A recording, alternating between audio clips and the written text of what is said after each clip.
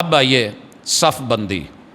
اگر آپ اکیلے پڑھ رہے ہیں تو پھر اس کی بات نہیں ہے. اگر آپ جماعت کے ساتھ ہیں، میرے اور آپ کے محبوب علیہ الصلوۃ والسلام نے صف کا بڑا اہتمام کروایا ہے. صف کا سیدھا ہونا، حاذو بین المناکب والاقدام.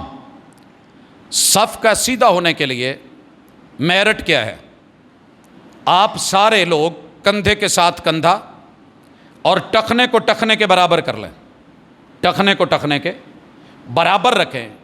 نہیں ملتا الگ بات ہے، کسی بچے کا نیچے ہوگا، لمبے قد والے کا اوپر ہے، وہ الگ، لیکن برابر ہونا چاہیے. اور اگر آپ جسم کے مطابق قدم کھولتے ہیں تو کندھے ملتے ہیں، وگرنہ نہیں ملتے.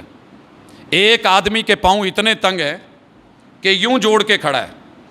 اب ظاہر ہے کندھوں کا سائز چوڑا ہے، جو دوسرا کھڑا ہوگا اس کے بھی فرق پڑے گا. لیکن اگر جتنا کندھوں کا سائز ہے نارمل اتنے اپنے پاؤں رکھتا ہے تو ساتھ والے سے پاؤں بھی مل جائیں گے اور کندھا بھی مل جائے گا، سنت بھی مل جائے گی اور صف بھی درست مل جائے گی. میرے اور آپ کے محبوب علیہ الصلوۃ والسلام نے کہا، یہ کسی عام بندے کا حکم نہیں. لوگ ہمیں کہتے ہیں بھئی صفیں کیوں ملاتے ہو، پاؤں سے کیوں پاؤں ملاتے ہیں؟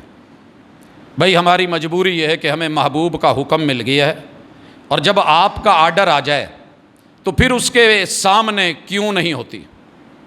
آپ نے کہا ہے استووا اعتدلوا سووا صفوفکم فإن تسویۃ الصفوف من تمام الصلاۃ. برابر ہو جائیے، مل جائیے، قدم کندھے ملا لیجئے. صفوں کا درست ہونا نماز ہی کا حصہ ہے. اور من وصل صفا وصلہ اللہ، جو صف کو صف سے ملاتا ہے، میری دعا ہے کہ اللہ قیامت کے دن اسے اپنوں سے ملا دے. ومن قطع صفا، جو اس میں رکھنا ڈالتا ہے، جو اس میں فاصلے رکھتا ہے، میری اس کے لیے رحمت للعالمین ہونے کے باوجود بد دعا ہے کہ یہ بندہ قیامت کے دن اپنوں سے نہ مل سکے جو دنیا میں مومنوں سے نہیں مل سکا. تو حضرات، میرے نبی کا قدم بڑا ہی مبارک، اور یہاں ہم کہتے ہیں کہ نقش قدم دیکھنے کے لیے ایک نشان پڑا تھا، اور غالباً چکوال کے کسی علاقے میں بڑی دور دور سے دنیا نقش قدم دیکھنے گئی تھی.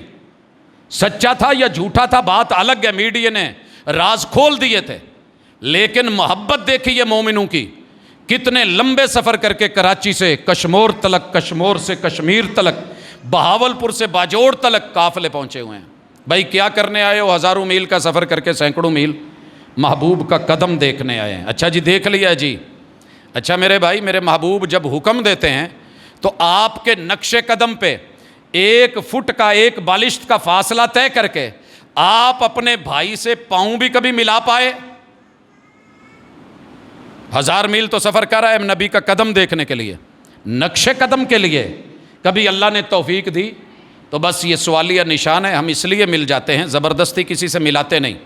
کوئی نہیں ملانا چاہتا، بسم اللہ، اس کا ذمہ دار وہ ہے. صف میں رکھنا ہم نے نہیں ڈالا. صف کیسے ملے گی؟ جو امام کے بالکل پیچھے ہے. ادھر والے لوگ اس طرف کو ملیں گے، ادھر والے اس طرف ملیں گے. میں کئی دفعہ آخر میں یہ بات دیکھی ہے کہ کچھ بھائی جو ہوتے ہیں وہ اس طرف کو مل رہے ہوتے ہیں. نہیں، امام کے سینٹر میں آ کے پیچھے کھڑے ہوں، ادھر والا اس طرف پاؤں ملائے، ادھر والا اس طرف ملائے. اور یہ بھی یاد رہے کہ جب صف بندی ہو گئی ہے، نماز شروع ہو گئی ہے، اگر کسی بھائی کا وضو ٹوٹ گیا ہے، کوئی مجبوری بن گئی ہے، تو بے وضو مت کھڑا رہے. پریشانی کی کوئی بات نہیں، انسان ہے، فطرتی بات ہے. آپ اپنی صف میں سے نکل سکتے ہیں. اس طرف کو نکل جائے مرضی، ادھر کو نکل جائے مرضی، اس طرف کو نکلیں تب بھی مرضی.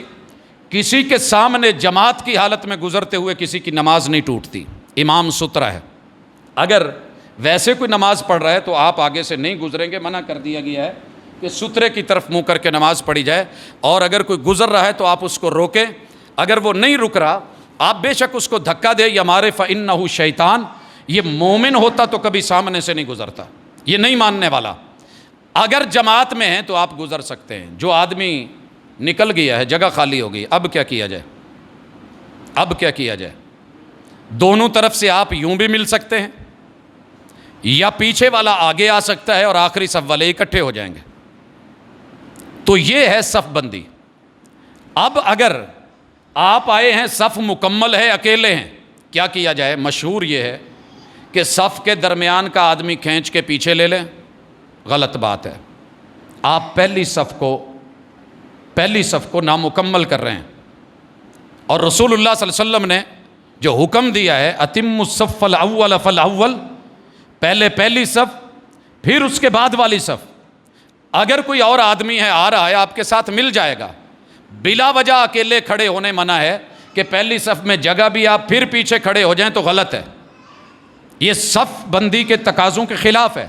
لیکن پہلی صف مکمل ہے، آپ کھینچ کے اس کو اپنے ساتھ مکمل کریں اور پہلی صف کو نامکمل کر دیں تو یہ بھی درست نہیں ہے۔ لہٰذا فاتقوا اللہ ما استطعتم، اللہ سے اتنا ڈریے جتنی ہمت ہے۔